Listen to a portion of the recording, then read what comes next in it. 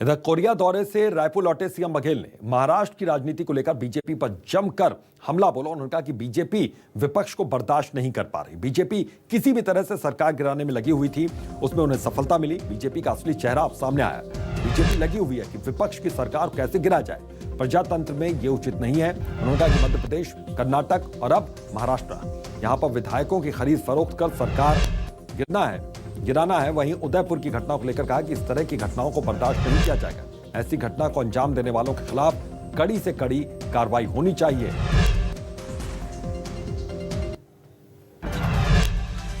हम लोग पहले से आशंका व्यक्त कर रहे थे कि ये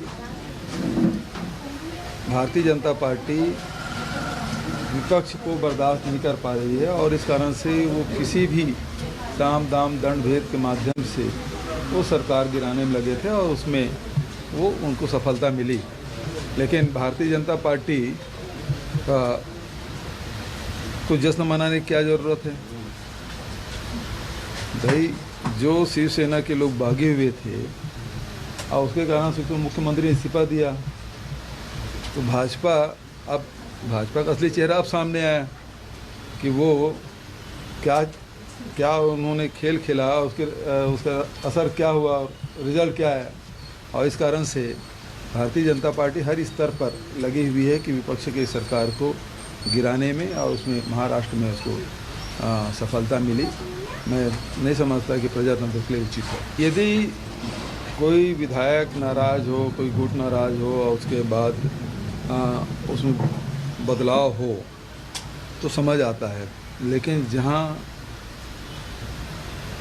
उद्देश्य से कि सरकार को गिराना है और उसके लिए घेराबंदी करे, बाड़ाबंदी करे, विधायकों को खरीद फरोख्त करे, चाहे वो राजस्थान की बात हो, मध्य प्रदेश की बात हो, गोवा की बात हो, कर्नाटक की बात हो, चाहे नॉर्थ ईस्ट में हो, चाहे अब महाराष्ट्र में तो लगातार ये लोग कर ही रहे थे।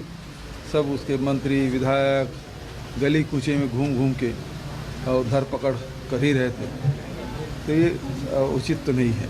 देखिए, उसकी जितना निंदा की जाए कम है और इस प्रकार की घटनाओं को बर्दाश्त नहीं किया जा सकता।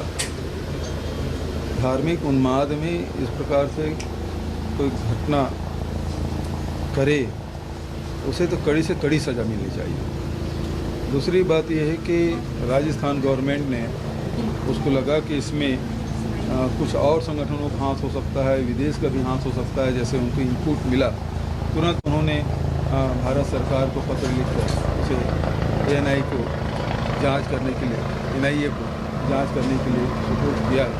मंडियों के अध्यक्ष और उसके सदस्य मनोनीत किए गए हैं और मैं समझता हूँ इससे मंडियों के संचालन में और किसानों को इसका लाभ होगा।